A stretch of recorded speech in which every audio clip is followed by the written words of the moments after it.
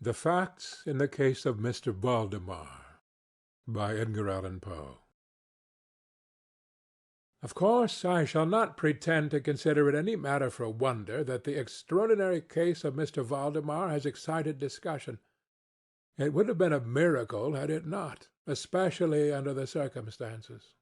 Through the desire of all parties concerned to keep the affair from the public, at least for the present, or until we had further opportunities for investigation, through our endeavors to effect this, a garbled or exaggerated account made its way into society and became the source of many unpleasant misrepresentations, and very naturally of a great deal of disbelief. It is now rendered necessary that I give the facts, as far as I comprehend them myself. They are, succinctly, these. My attention for the last 3 years had been repeatedly drawn to the subject of mesmerism, and about 9 months ago it occurred to me, quite suddenly, that in the series of experiments made hitherto there had been a very remarkable and most unaccountable omission. No person had as yet been mesmerized in articulo mortis.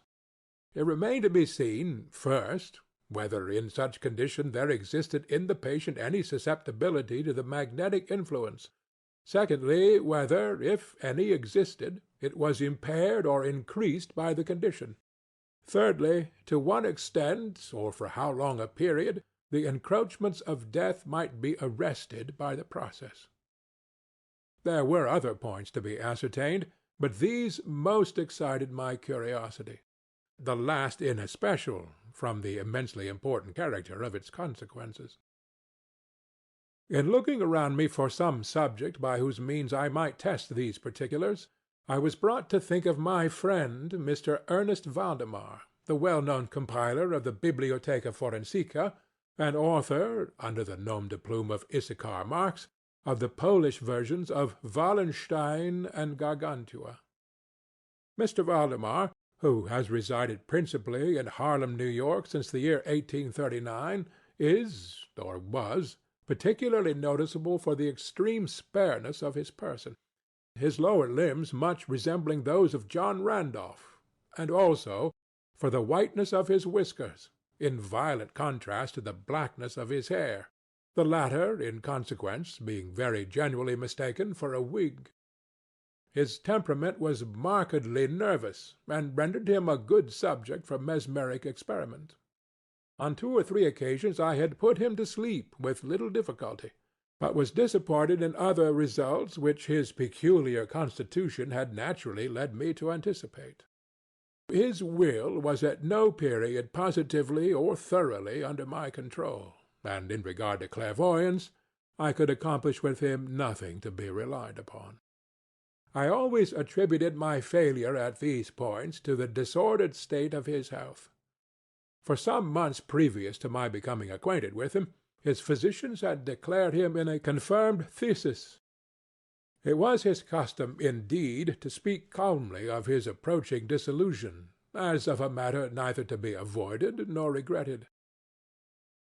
When the ideas to which I have alluded first occurred to me, it was of course very natural that I should think of Mr. Valdemar.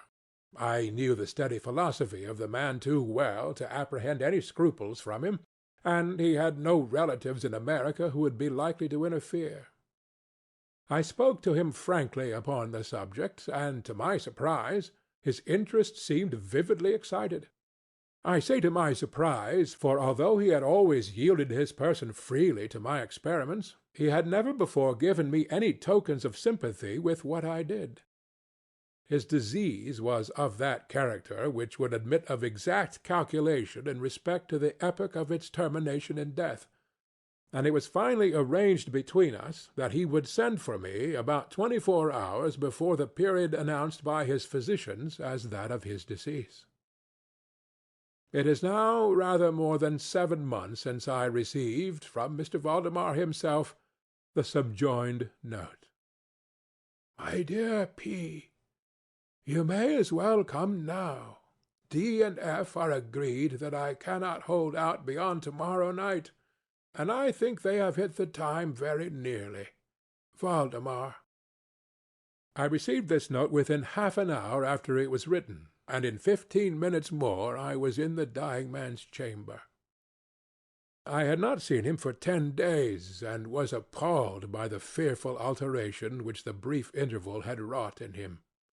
His face wore a leaden hue, the eyes were utterly lustreless, and the emaciation was so extreme that the skin had broken through by the cheek-bones. His expectoration was excessive. The pulse was barely perceptible. He retained, nevertheless, in a very remarkable manner, both his mental power and a certain degree of physical strength. He spoke with distinctness, took some palliative medicines without aid, and when I entered the room was occupied in penciling memoranda in a pocket-book. He was propped up in the bed by pillows. Doctors D and F were in attendance. After pressing Valdemar's hand, I took these gentlemen aside and obtained from them a minute account of the patient's condition. The left lung had been for 18 months in a semi-osseous or cartilaginous state, and was, of course, entirely useless for all purposes of vitality. The right, in its upper portion, was also partially, if not thoroughly, ossified, while the lower region was merely a mass of purulent tubercles, running one into the other. Several extensive perforations existed, and at one point permanent adhesion to the ribs had taken place. These appearances in the right lobe were of a comparatively recent date. The ossification had proceeded with very unusual rapidity. No sign of it had been discovered a month before, and the adhesion had only been observed during the 3 previous days.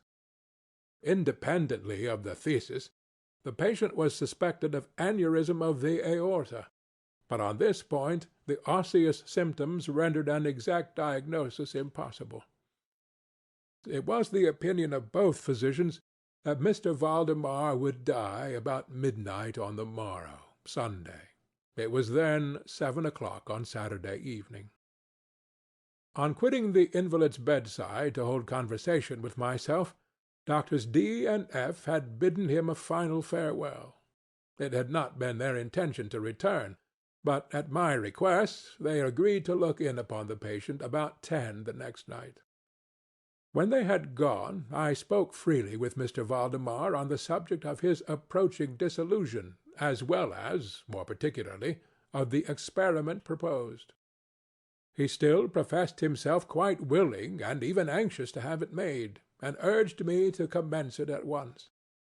A male and a female nurse were in attendance, but I did not feel myself altogether at liberty to engage in a task of this character with no more reliable witnesses than these people, in case of sudden accident, might prove.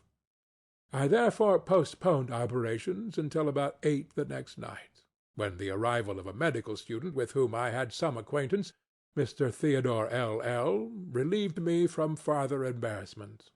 It had been my design originally to wait for the physicians, but I was induced to proceed, first by the urgent entreaties of Mr. Valdemar, and secondly by my conviction that I had not a moment to lose, as he was evidently sinking fast.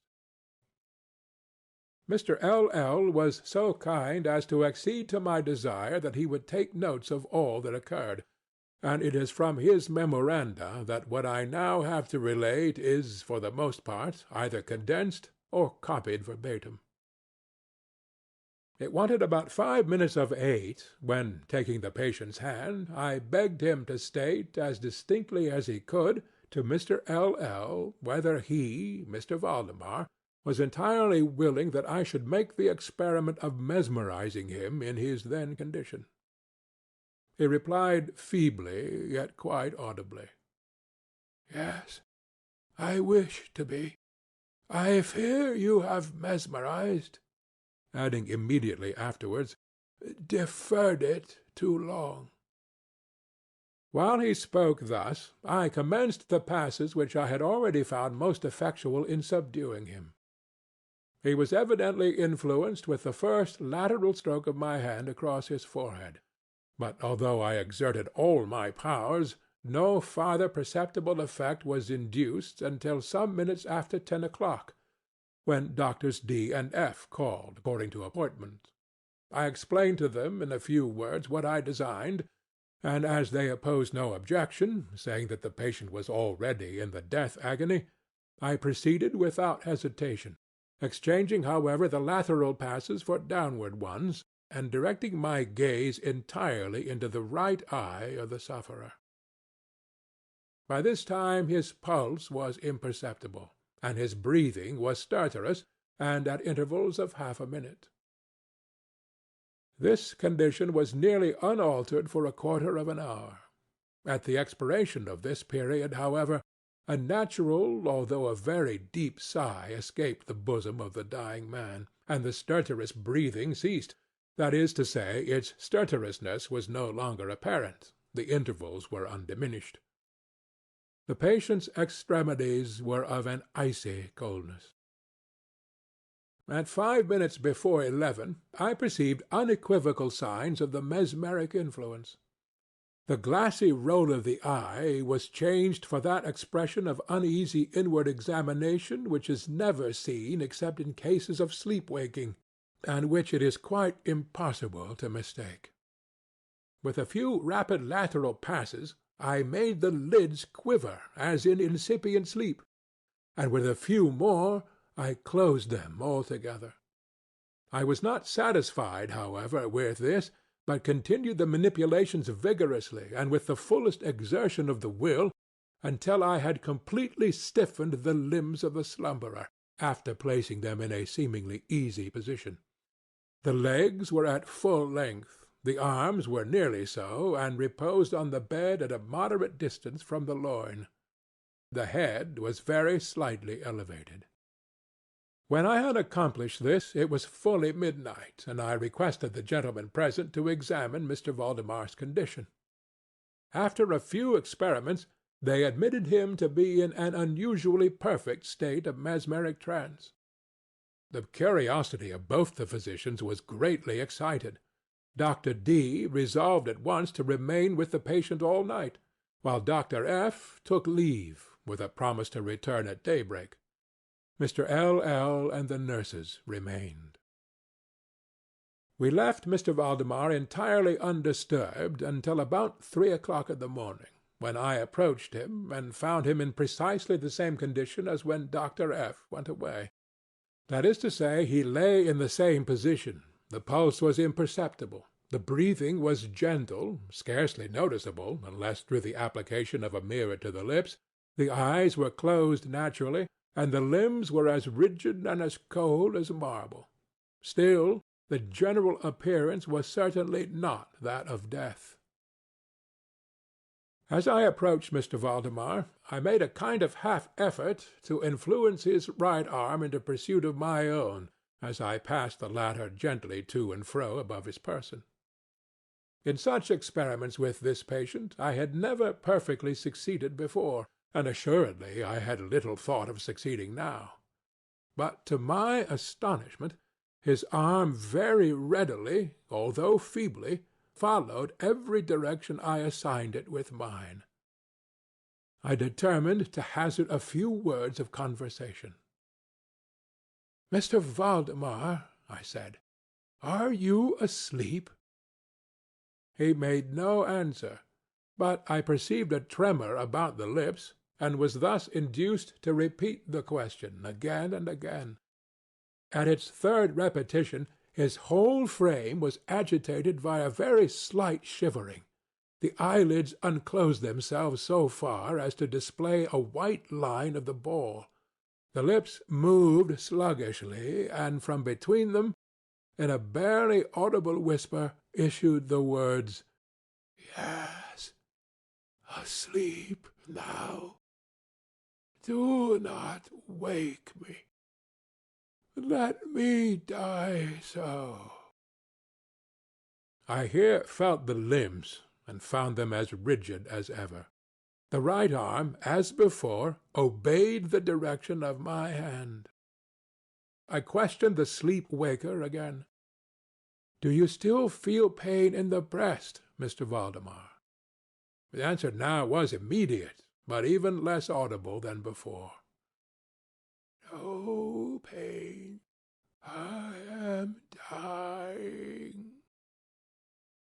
I did not think it advisable to disturb him farther just then, and nothing more was said or done until the arrival of Dr. F., who came a little before sunrise, and expressed unbounded astonishment at finding the patient still alive. After feeling the pulse and applying a mirror to the lips, he requested me to speak to the sleep-waker again. I did so, saying, "Mr. Valdemar, do you still sleep?" As before, some minutes elapsed ere a reply was made, and during the interval the dying man seemed to be collecting his energies to speak. At my fourth repetition of the question, he said very faintly, almost inaudibly, "Yes, still asleep, dying."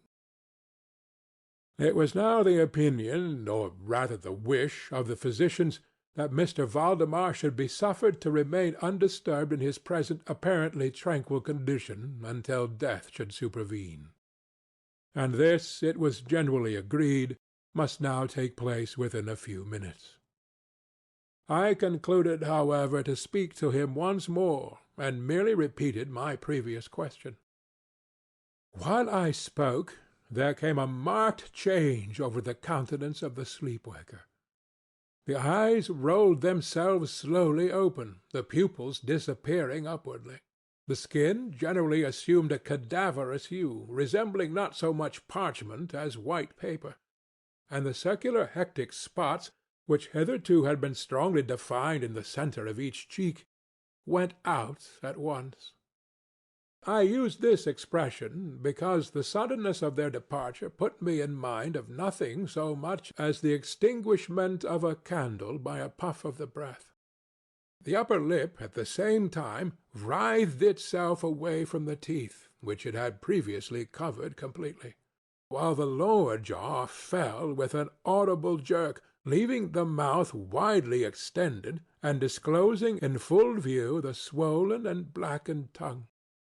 I presume that no member of the party then present had been unaccustomed to death-bed horrors, but so hideous beyond conception was the appearance of Mr. Valdemar at this moment that there was a general shrinking back from the region of the bed. I now feel that I have reached a point of this narrative at which every reader will be startled into positive disbelief. It is my business, however, simply to proceed. There was no longer the faintest sign of vitality in Mr. Valdemar, and concluding him to be dead, we were consigning him to the charge of the nurses, when a strong vibratory motion was observable in the tongue. This continued for perhaps a minute. At the expiration of this period, there issued from the distended and motionless jaws a voice such as it would be madness in me to attempt describing. There are, indeed, 2 or 3 epithets which might be considered as applicable to it in part. I might say, for example, that the sound was harsh and broken and hollow. But the hideous whole is indescribable, for the simple reason that no similar sounds have ever jarred upon the ear of humanity. There were 2 particulars, nevertheless, which I thought then, and still think, might fairly be stated as characteristic of the intonation, as well adapted to convey some idea of its unearthly peculiarity. In the first place, the voice seemed to reach our ears, or at least mine, from a vast distance, or from some deep cavern within the earth. In the second place, it impressed me— I fear, indeed, that it will be impossible to make myself comprehended— as gelatinous or glutinous matters impress the sense of touch. I have spoken both of sound and of voice. I mean to say that the sound was one of distinct, of even wonderfully, thrillingly distinct, syllabification. Mr. Valdemar spoke, obviously in reply to the question I had propounded to him a few minutes before. I had asked him, it will be remembered, if he still slept. He now said, "Yes. No. I have been sleeping. And now I am dead." No person present even affected to deny or attempted to repress the unutterable, shuddering horror which these few words, thus uttered, were so well calculated to convey. Mr. L.L., the student, swooned. The nurses immediately left the chamber and could not be induced to return. My own impressions I would not pretend to render intelligible to the reader. For nearly an hour we busied ourselves silently, without the utterance of a word, in endeavors to revive Mr. L.L. When he came to himself, we addressed ourselves again to the investigation of Mr. Valdemar's condition. It remained in all respects as I have described it, with the exception that the mirror no longer afforded evidence of respiration. An attempt to draw blood from the arm failed. I should mention, too, that this limb was no farther subject to my will. I endeavored in vain to make it follow the direction of my hand. The only real indication, indeed, of the mesmeric influence was now found in the vibratory movement of the tongue, whenever I addressed Mr. Valdemar a question. He seemed to be making an effort to reply, but had no longer sufficient volition. To queries put to him by any other person than myself he seemed utterly insensible, although I endeavored to place each member of the company in mesmeric rapport with him. I believe that I have now related all that is necessary to an understanding of the sleep-waker's state at this epoch. Other nurses were procured, and at 10 o'clock I left the house in company with the two physicians and Mr. L.L. In the afternoon we all called again to see the patient. His condition remained precisely the same.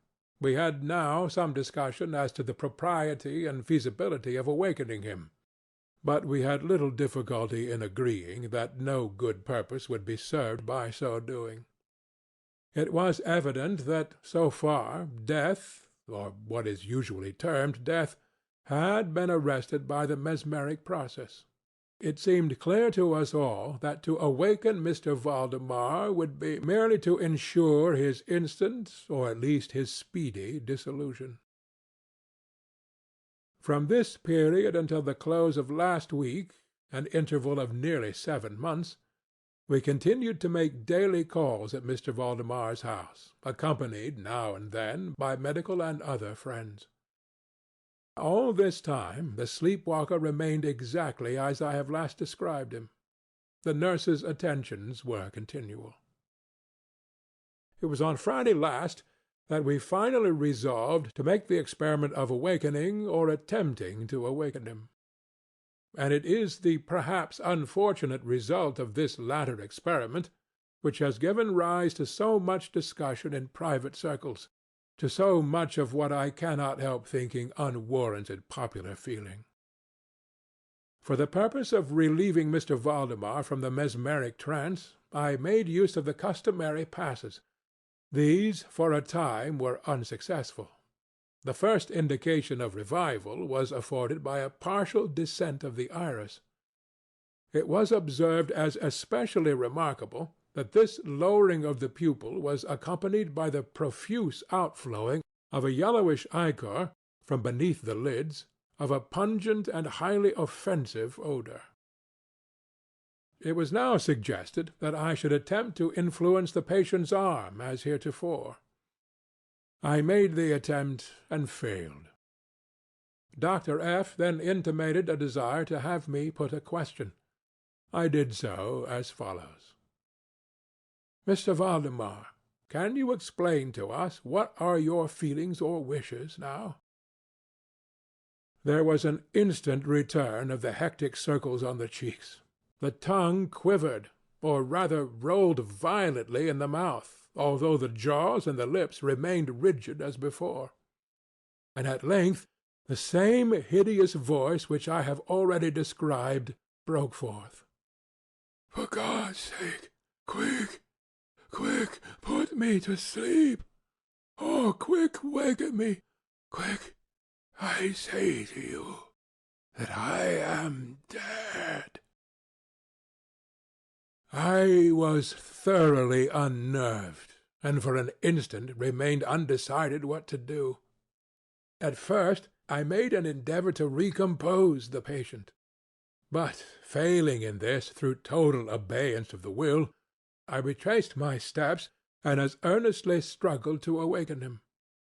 In this attempt I soon saw that I should be successful, or at least I soon fancied that my success would be complete, and I am sure that all in the room were prepared to see the patient awaken. For what really occurred, however, it is quite impossible that any human being could have been prepared.